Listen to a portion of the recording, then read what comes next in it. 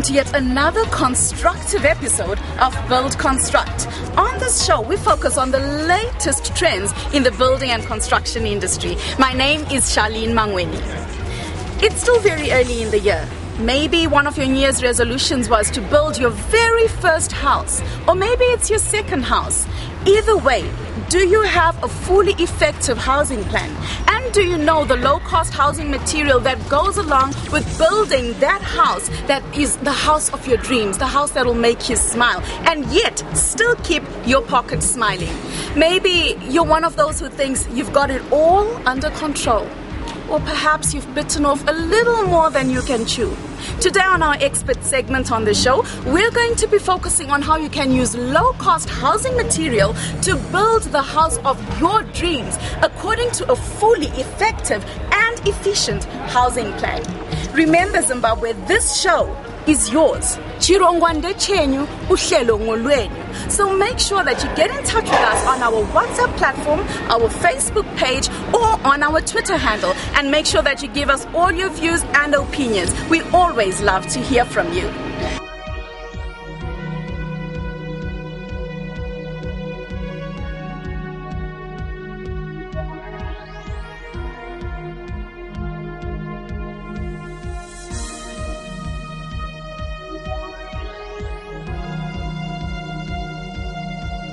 This week, we are to explore on how to make an effective house plan. When you make a house plan, what things do you need to consider? I think there are a number of considerations that are key to making sure that at the end of the day, whatever you are constructing in terms of your house comes out right. First and foremost, you certainly need to take into account the size of the stand and the shape of the stand, because you want to come up with a plan that is convenient for the shape of the stand. And also important is to take into account the terrain or the slope in simple terms, because it has a bearing on how your plan should be cut out. How does my plan affect my budget? Generally, that's how the majority of people would think, that the plan affects the budget. Yet it should be the other way around. The budget should affect the plan. Basically, just as the word says, we can build a house without first counting the cost. So you need to know the amount of money that you have available for the project that you want to undertake. And your plan should then be done in such a manner that it enables you to fulfill within your budget, the practical budget, the house that you want to build. So, for example, let's say you've got $100,000 and you want to build a certain house. The $100,000 total will then determine whether you are going to have a lot of open plan, the kind of roof design that you are going to do. You probably go for a simplistic roof design versus a high-pitched roof. You probably have to look for a piece of land that is on normal foundation versus something that probably requires special foundation, so that at least your 100,000 would cover as much as practically possible. Is my plan complementing with house functions? Very, very key part in any home, because that basically is what gives a property the warmth, the feel, the convenience within a house. You may have seen houses where the toilet is almost facing the dining room or the lounge, or it's very close to the kitchen, that even going in and out of such a facility room, the guest actually doesn't feel very comfortable to begin with. And of course, after use, the possible smell that comes out of it is not convenient for the guests. Or you may find a house where you have to walk across rooms to go to a dining room from the kitchen or from the lounge, which means your guests are going to see you serving food instead of the mother of the house conveniently calling on guests to come to a dining room table that's already set without guests necessarily seeing. So it is important that you plan your room floors with functionality in mind. Generally, your living rooms should be in one section, and living rooms basically cover your lounge or lounges, your dining room eating place, your kitchen, your outdoor living space, your verandas, and your sleeping areas then become on the other side.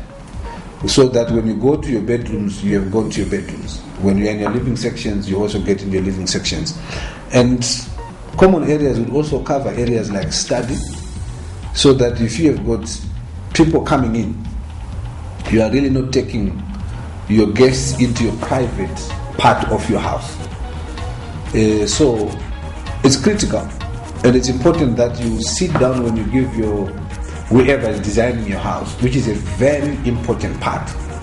Because for you to have that kind of correct flow, it's important that you utilize professionals to do your house design. That's why we have properly qualified architects. 7 years training, they would know exactly how to orient your house on the site, how to make sure that you've got the best flow of light.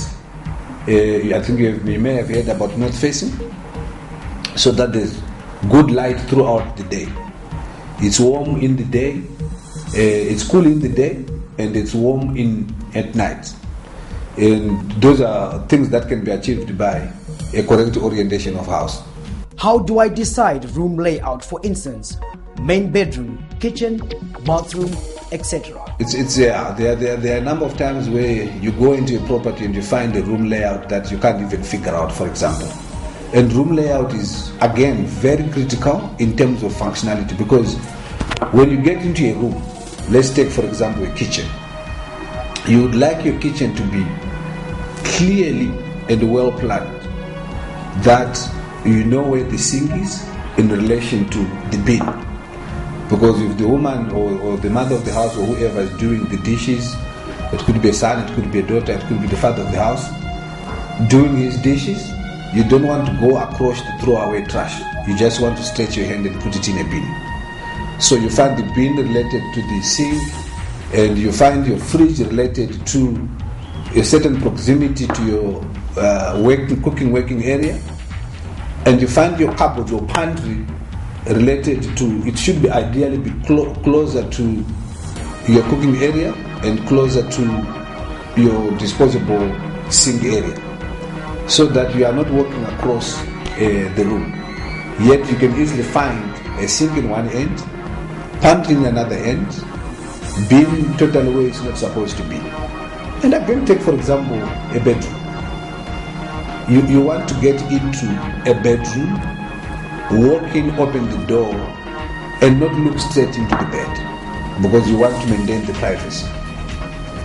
And you want your cupboard space, for example, to have a relationship to your bed area, so that you are not walking across the room to go to the cupboards. And the same thing happens with the bathroom. You want your water closet, which is your toilet, your washing basin, your shower, your tub, to just have that flow that when you get in, it's just convenient for use. And again, it goes back to use of professionals in terms of planning. Unfortunately, we have a lot of people that claim to be able to do plans that just do one thing that they know. There's no cost consideration. Size is totally out of line. And because the owner of the stand is an ordinary person, he has no experience probably building for the first time, he really can't tell whether a 30 square meter common bedroom compared to an 18 square meter common bedroom makes a big difference. But yet, functionally planned well, a 20 square meter bedroom is very functional compared to having a 30, 40, 50 square meter bedrooms, which is what we see in a lot of these humongous structures that stand uncompleted because of budgetary matters and because of lack of planning, and particularly lack of use of people that are experienced to be able to advise you what they are designing and the cost implications for use. As an expert, how would you recommend someone does their plan? How would I recommend someone should do their plan?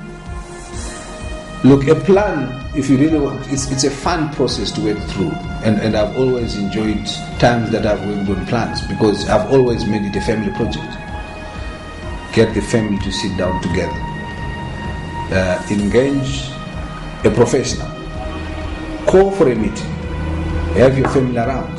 You are building your house. I mean, how many times do you get to build houses in life? Probably once, twice, 3 times possibly at most, if you're someone who has got the strength to keep changing.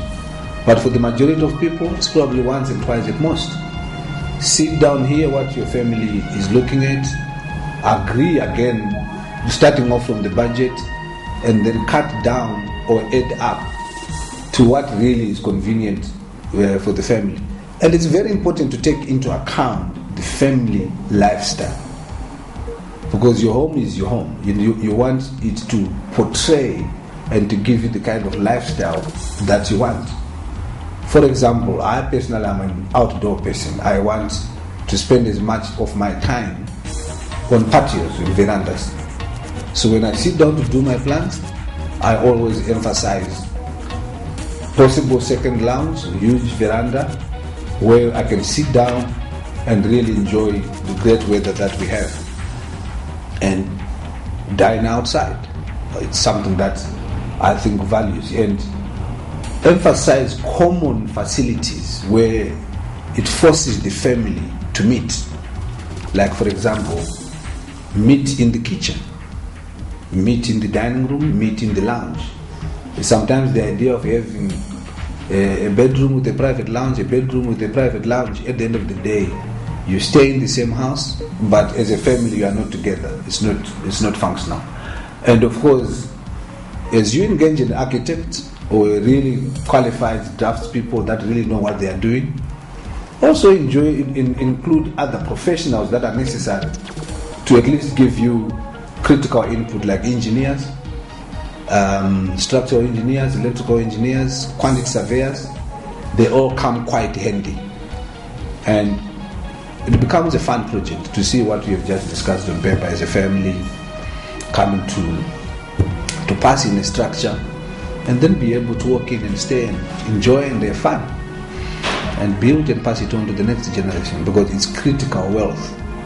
The Bible says a wise person leaves inheritance, both in terms of wisdom and in terms of material, to the third and fourth generation.